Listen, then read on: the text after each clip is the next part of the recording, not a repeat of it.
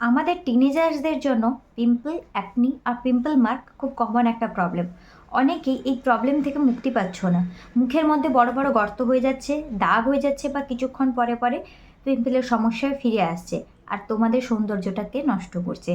আজকের ভিডিওতে আমি তোমাদের সাথে কথা বলতে চলে এলাম কেন এই সমস্যাগুলি হয় আর এর থেকে সমাধান কিভাবে করবে।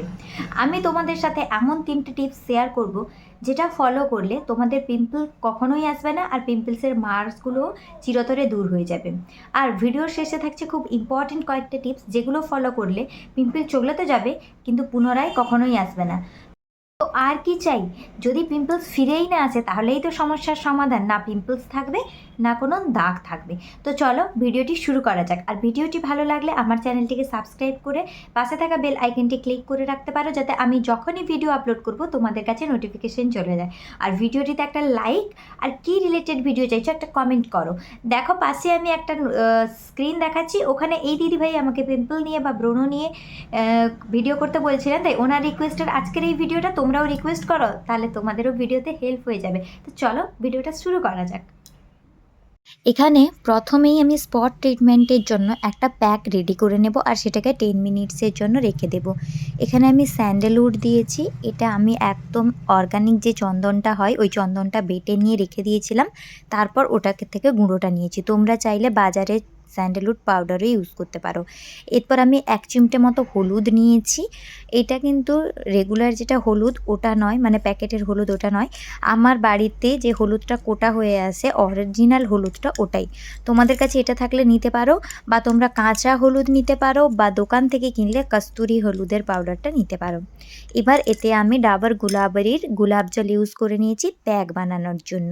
তো এটাকে মিক্স করে ভালোভাবে রেখে দিয়েছি।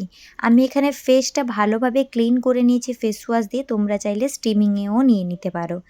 এরপর ফেসটাকে ক্লিনজিং করব রোজ ওয়াটার দিয়ে। দেখো পাশে আমি রোজ ওয়াটারের বেনিফিটগুলো দেখিয়ে দিয়েছি। রোজ ওয়াটার কিন্তু খুব ভালো একটা ক্লাসিক্যাল টোনার হিসেবে কাজ করে। এছাড়া আমাদের অ্যাকনির যে ব্লেমিশগুলো আসে বা দাগগুলো আসে ওগুলোকে লাইটেন আপ করতে খুব ভালো ইউজ করে। আমাদের স্কিনের পিএইচ ব্যালেন্সকে ও রাখতে খুব হেল্প করে। তাই rose water as a toner যদি তোমরা ইউজ করো, তোমাদের স্কিনের একটা প্রোডাক্টের মাধ্যমে বিভিন্নভাবে হেল্প হয়ে যাবে আর স্কিনটাও খুব ব্রাইট হবে। তোমাদের যে পিএইচ লেভেলের আনলেভেল হয় ওইটাও তোমাদের ঠিক হয়ে যাবে। তাই রোজ ওয়াটারটা তোমরা ইউজ করতেই পারো। এটা ইউজ করে 5 মিনিট আমি ফেসটাকে রেস্ট দেবো, দেন আমি ইউজ করে নেব অ্যালোভেরা জেল। অ্যালোভেরাও আমাদের ফেসের জন্য খুবই উপকারী। এটা আমাদের স্কিনকে হাইড্রেট বা ময়শ্চারাইজ করে, সুদিং করে, মানে আমাদের স্কিন যে ইরিটেটেড থাকে ওটাকে আমাদের কমিয়ে দেয়। সানবার্ন থাকলে ওটাকে কুল করতে সাহায্য করে। আর এছাড়া অ্যাকনি এবং অ্যাকনির দাগের উপর খুব কাজ করে। পাশে তোমাদেরকে প্রত্যেকটা ইনগ্রিডিয়েন্টের বেনিফিট আমি দিয়ে দিয়েছি, তোমরা চাইলে এগুলোকে ভালো করে পড়ে নিতে পারো ভিডিওটাকে পজ করে।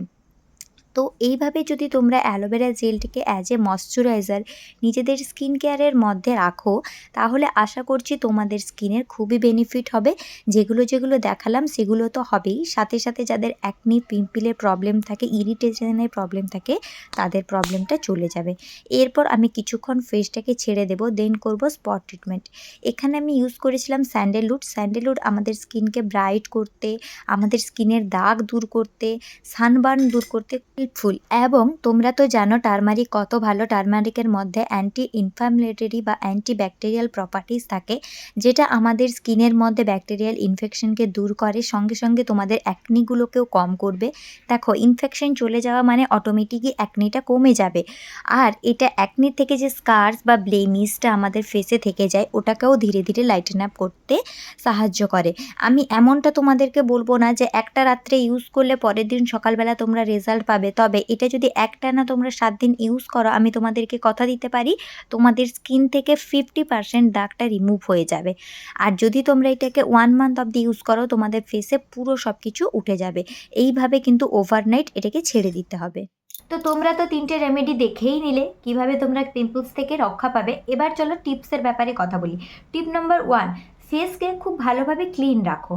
ফেস ওয়াশ সারাদিনে 2বার করা খুবই প্রয়োজনীয়, একবার সকালবেলা আর একবার সন্ধ্যাবেলা। ফেস ওয়াশের সাথে সাথে খুব প্রপারভাবে তোমাদেরকে স্কিন কেয়ার করতে হবে, যেমন স্কিনের টোনার অ্যাপ্লিকেশন আর ময়শ্চারাইজিং করাটাও খুবই বাধ্যতামূলক। যখন তখন নোংরা হাতে ফেসের মধ্যে হাত দেওয়া যাবে না। আর বাইরে থেকে এলে ফেসটাকে ফেস ওয়াশ হোক বা প্লেন জল হোক ধুয়ে দিতে হবে। টিপ নাম্বার 2, পিম্পল হলে তাকে আমরা সবসময়ের জন্য মনটা যেন সেখানেই পড়ে থাকে আর নখের মধ্যে সেটাকে খোঁটাতে থাকি। এই ভুলটা তোমরা কখনোই করবে না। নখের মধ্যে তোমরা সেটাকে টিপলে বা রাব করলে পিম্পলটা তো চলে যায়, কিন্তু তার একটা দাগ থেকে যায় এবং পরে আরও 2টা পিম্পল ওখান থেকে চলে আসে। এই জিনিসটা কখনোই করবে না।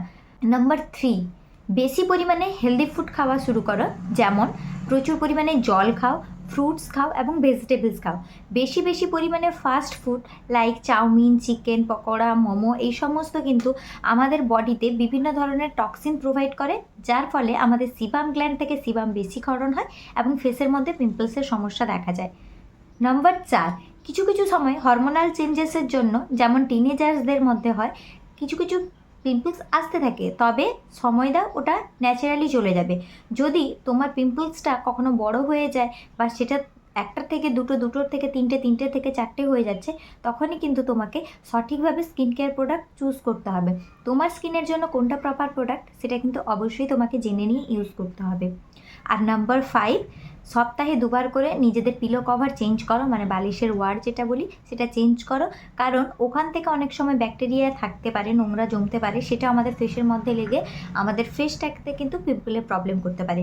নিজের ফেসের জন্য আলাদা একটা টাওয়েল ইউজ করো, যেটা সব কিছু থেকে আলাদা। বডির টাওয়েল ফেসের টাওয়েল একই করে রেখো না, সেক্ষেত্রেও কিন্তু অনেক সময় তোমাদের পিম্পলসের প্রবলেম বাড়তে পারে। কেমন লাগলো ভিডিওটি? আশা করছি এই টিপসগুলো ফলো করলে তোমাদের পিম্পলের প্রবলেম চলে যাবে। আর যদি চলে যায় তাহলে সুন্দর একটা কমেন্ট করে দিও। দেখা হচ্ছে নতুন একটি ভিডিওতে। ভালো থেকো, সুস্থ থেকো, টাটা।